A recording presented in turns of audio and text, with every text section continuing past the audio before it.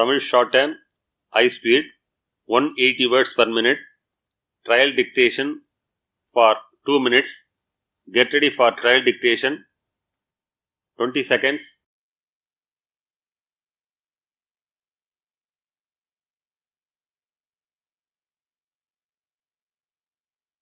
Ten seconds.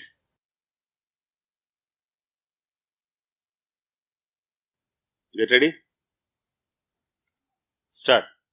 சட்டப்பேரவை தலைவர் அவர்களே, இந்த ஆண்டுக்கான ஊரக வளர்ச்சித்துறை மானிய கோரிக்கை விவாதத்தில் இந்த மாமன்றத்தில் எதிர்க்கட்சியின் சார்பில் உரையாற்ற வாய்ப்பளித்த தங்களுக்கு எனது நன்றியை உரித்தாக்குகின்றேன். முதற்கட்டமாக உள்ளாட்சி தேர்தல்கள் பல வருடங்களாக நடைபெறாத காரணத்தால் அடிப்படை வசதிகளை பெறுவதில் மக்களுக்கு சிரமம் உள்ளது. மக்கள் தங்களது குறைகளை சொல்ல மக்கள் பிரதிநிதிகள் இல்லை. ஊராட்சிகள் தனி அலுவலர்களின் கட்டுப்பாட்டிலேயே இயங்கி வருகின்றன. தொடர்ந்து அவர்களது பதவிக்காலத்தையும் அரசு நீட்டித்து வருகிறது. இது தொடர்பான வழக்கு நீதிமன்றத்தில் வந்தபோதும் அரசு தேர்தல் தாமதமாவதற்கு பல நிர்வாக காரணங்களை சொல்லி வருகிறது. எனவே நான் இந்த அவையின் மூலம் கேட்டுக்கொள்வது எல்லாம் அரசு விரைந்து உள்ளாட்சி தேர்தல்களை நடத்த வேண்டும் என்பதுதான். இது குறித்து மாண்புமிகு அமைச்சர் அவர்கள் பதிலுரையின் போது ஒரு தேதியை அறிவிப்பார்கள் என்று நம்புகிறேன். இரண்டாவதாக, ஏழை எளிய மக்கள் பசுமை வீடுகள் கட்டிக்கொள்ள உள்ளாட்சித்துறையின் சார்பில் 2 லட்சம் ரூபாய் தரப்படுகிறது. தற்போதுள்ள விலைவாசியில் இந்த தொகை போதுமானதாக இல்லை என்று மாநிலம் முழுவதும் மக்கள் தெரிவித்து வருகிறார்கள்.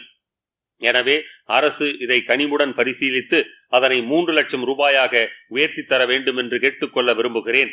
இதனால் கூடுதல் செலவுக்காக ஏழை மக்கள் கடன் வாங்கும் நிலை தவிர்க்கப்படும் என்பதை சுட்டிக்காட்ட ஆசைப்படுகிறேன். அடுத்து, கடந்த 2 வருடங்களாக மழை இல்லாத காரணத்தால் குடிநீர் பிரச்சனை நிலவுகிறது. பொதுவாக அனைத்து மாவட்டங்களிலும் இந்த பிரச்சனை உள்ளது என்பதை நினைவுபடுத்த விரும்புகிறேன். மக்கள் தண்ணீர் குடத்துடன் வீதியில் வந்து போராடக்கூடிய நிலையை நாம் பார்க்கிறோம்.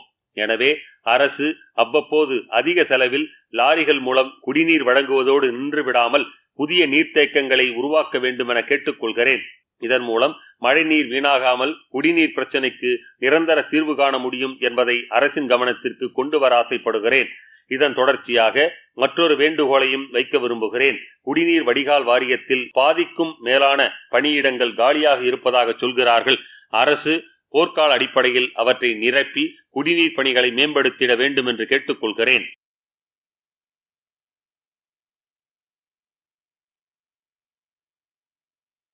Get ready. Tamil shorthand, high speed, 180 words per minute. Code number of the question paper 1017.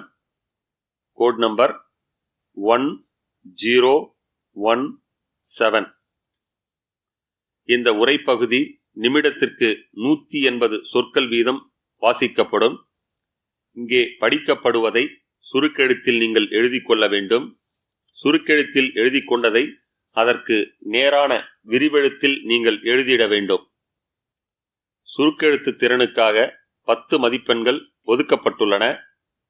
உங்களது கையெழுத்து தெளிவாக இருக்க வேண்டும்.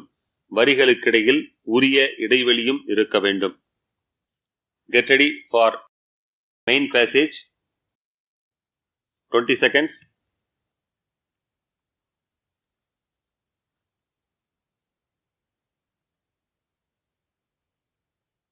Ten seconds.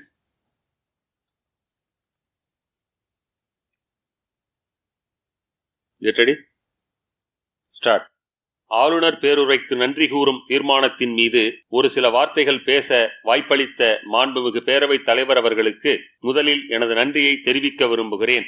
முதற்கட்டமாக மகளிர் நலனுக்காக இந்த அரசு எடுத்துள்ள முயற்சிகளை பாராட்ட கடமைப்பட்டிருக்கிறேன். அதிலும் குறிப்பாக பெண் அரசு ஊழியர்களுக்கான மகப்பேறு விடுப்பு காலத்தை ஓராண்டு வரை நீட்டித்தது குறிப்பிடத்தக்கதாகும். அடுத்தபடியாக மகளிர் சுய உதவி குழுக்களுக்கு வழங்கப்பட்ட கடன்கள் 2000 கோடி ரூபாய் அளவுக்கு தள்ளுபடி செய்யப்பட்டுள்ளது குறிப்பிடத்தக்கது. சுயதொழில் செய்து நட்டம் அடைந்த மகளிரின் வாழ்வில் மீண்டும் இதனால் புது நம்பிக்கை பிறக்கும் என்பதை பெருமையுடன் சுட்டிக்காட்ட கடமைப்பட்டுள்ளேன். இரண்டாவதாக, சமூக பாதுகாப்பு திட்டங்களுக்கு நம் மாநிலம் பெயர் பெற்றது என்று சொன்னால் அது மிகையாகாது. கடந்த 40 வருடங்களாக நாம் கடைபிடித்து வரும் சமூக பாதுகாப்பு திட்டங்களை தற்போது பல மாநில அரசுகள் பின்பற்ற தொடங்கியுள்ளன என்பதை அவையின் கவனத்திற்கு கொண்டு வர விரும்புகிறேன். அவற்றில் முக்கியமானது முதியோர் ஓய்வூதிய திட்டமாகும். வயதான காலத்தில் பிள்ளைகள் இல்லாத அல்லது பிள்ளைகளால் கைவிடப்பட்ட பல்லாயிரக்கணக்கான முதியோருக்கு இந்த மாதாந்திர தொகை வரப்பிரசாதமாக அமைந்துள்ளது. இப்படிப்பட்ட சமயத்தில் முக்கியமான ஒரு கருத்தை அரசின் கவனத்திற்கு கொண்டு வர விரும்புகிறேன். கடந்த 10 ஆண்டுகளில் பயனாளிகளை தேர்வு செய்வதில் பல குளறுபடிகள் நடந்துள்ளன என்று சுட்டிக்காட்ட விரும்புகிறேன். பல இடங்களில் உண்மையில் ஏழ்மை நிலையில் உள்ள பலர் புறக்கணிக்கப்பட்டு தகுதியில்லாத வேண்டிய பலருக்கு ஓய்வூதியம் வழங்கப்பட்டுள்ளது என்று பல்வேறு குற்றச்சாட்டுகள் உள்ளன. எனவே அரசு இதை கவனமாக பரிசீலித்து மீண்டும் கணக்கெடுப்பு நடத்தி விட்டுப்போன தகுதியானவர்களை சேர்ப்பதுடன் தகுதியற்றவர்களை நீக்க வேண்டும் என்று கேட்டுக்கொள்ள விரும்புகிறேன். அதே நேரத்தில் தவறு செய்த அனைவருக்கும் சட்டப்படி உரிய தண்டனை பெற்றுத்தர நடவடிக்கை மேற்கொள்ள வேண்டும் என்று இந்த சந்தர்ப்பத்தில் கேட்டுக்கொள்ள கடமைப்பட்டுள்ளேன். மூன்றாவதாக, இந்த ஆளுநர் உரையில் குறிப்பிட்டுள்ள இளைஞர் நலன் குறித்த திட்டங்களை நான் வரவேற்க கடமைப்பட்டிருக்கிறேன். ஒவ்வொரு சட்டமன்ற தொகுதியிலும் சிறு விளையாட்டு அரங்கங்கள் கட்டப்படும் என்பது உள்ளபடியே வரவேற்கத்தக்கதாகும். கிராம அளவில் எத்தனையோ திறன்மிக்க இளைஞர்கள் இருந்தும் பயிற்சி வசதிகள் இல்லாமையால் நமது மாநிலம் முதல் நிலையை அடைய முடிவதில்லை. இந்த திட்டம் சிறப்பாக செயல்படுத்தப்பட்டால் வருகின்ற 10 ஆண்டுகளில் தேசிய அளவில் மட்டுமல்லாது சர்வதேச அளவிலும் நமது விளையாட்டு வீரர்கள் வெற்றி பெற முடியும் என்பதை சுட்டிக்காட்ட விரும்புகிறேன். அடுத்ததாக, தற்போது அரசு ஆரம்ப பள்ளி மாணவர்களுக்கு காலை சிற்றுண்டி திட்டம் அறிவித்ததை நான் வரவேற்கிறேன். வறுமையில் வாடும் எத்தனையோ குழந்தைகள் பள்ளியில் காலை உணவுடன் கல்வி அறிவும் பெற இத்திட்டம் வழிவகுக்கும் என்று சொல்லிக்கொள்ள ஆசைப்படுகிறேன். இன்னும் சொல்ல போனால் சுமார் 100 ஆண்டுகளுக்கு முன்னர் நீதி கட்சி வளர்ந்து வந்த காலத்திலேயே இதுபோன்ற திட்டம் நடைமுறையில் இருந்ததாக நான் அறிகிறேன். பின்னர் ஏனோ அது நிறுத்தப்பட்டது. பிறகு மீண்டும் மதிய உணவு திட்டமாக மாற்றப்பெற்றது என்பதை இந்த அவையின் கவனத்திற்கு கொண்டு வர விரும்புகிறேன். சற்றேறக்குறைய 75 ஆண்டுகளுக்கு முன்னர் போராடி பெற்ற சுதந்திரத்தினை பேணவும் தியாகிகளை நினைவு கூர்வதற்காகவும் நினைவு தூண் அமைக்கப்படும் என்று மாண்புமிகு முதலமைச்சர் அவர்கள் அறிவித்தார்கள். அதற்காக எங்களது கட்சியின் சார்பில் நன்றி கூற கடமைப்பட்டிருக்கிறேன். ஏனென்றால் இக்கால இளைஞர்களுக்கு சுதந்திரம் என்றால் என்ன என்பதை நாம் எடுத்துக் கூற வேண்டிய நிலை இருக்கின்றது. எத்தகைய சிரமங்களுக்கு பின்னர் அதை பெற்றோம் என்பதை அவர்கள் அறிய வேண்டும். இது சம்பந்தமாக முக்கியமான ஒரு கருத்தினை இந்த மாமன்றத்தில் பதிவு செய்ய விரும்புகின்றேன். அதாவது, பள்ளி பருவம் முடிந்த பின்னர் 18 வயதான உடல் திடம் உள்ள அனைத்து இளைஞர்களுக்கும் 2 ஆண்டுகள் இராணுவ பயிற்சி கட்டாயமாக்கப்பட வேண்டும். இதில் பெண்களையும் நாம் இணைத்துக் கொள்ள வேண்டும். அப்படி செய்தால் நம் வளரும் தலைமுறையினர் தேசப்பற்று மற்றும் சேவை எண்ணம் கொண்டவர்களாக இருப்பார்கள். பல்வேறு நாடுகளில் இது நடைமுறையில் உள்ளது. எனவே இந்தியா போன்ற மக்கள் தொகை அதிகமுள்ள நாட்டில் இதை கொண்டு வந்தால் நமது பாதுகாப்புக்கு ஆபத்து ஏற்படும் காலத்தில் இது பெரும் உதவியாக இருக்கும் என்பதை சுட்டிக்காட்ட விரும்புகிறேன். எனவே இது தொடர்பாக மாண்புமிகு முதலமைச்சர் அவர்கள் மத்திய அரசுக்கு கடிதம் எழுத வேண்டும் என்று கேட்டுக்கொள்ள ஆசைப்படுகிறேன்.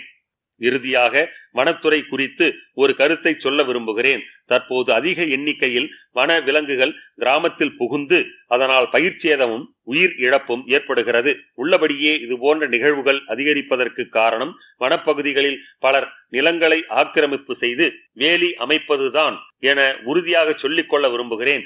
இதனால் வனவிலங்குகள் நடமாட இடமின்றி அப்போதைக்கப்போது உணவு மற்றும் தண்ணீர் தேடி ஊருக்குள் வரும் நிலை ஏற்படுகின்றது என்பதை சுட்டிக்காட்ட கடமைப்பட்டுள்ளேன். ஆகவே இது குறித்து அரசு ஆழ்ந்த யோசனை செய்ய வேண்டும் என கேட்டுக்கொள்கிறேன். சிறப்பு குழு அமைத்து வன ஆக்கிரமிப்புகள் அகற்றப்பட்டு வருகின்றன. இவற்றை விரைவில் முடித்து வனவிலங்குகளையும் மக்களையும் காக்க வழிவகை செய்ய வேண்டும் என கேட்டுக்கொள்ள ஆசைப்படுகிறேன். மாண்புமிகு பேரவைத் தலைவர் அவர்களே, நான் எழுப்பியுள்ள கருத்துகளுக்கு மாண்புமிகு முதலமைச்சர் அவர்கள் நிச்சயம் விளக்கம் அளிப்பார்கள் என்று நம்புகின்றேன். ஆகவே ஆளுநர் உரை மீதான விவாதத்தில் எனது உரையை இந்த அளவோடு முடித்துக் கொள்கின்றேன்.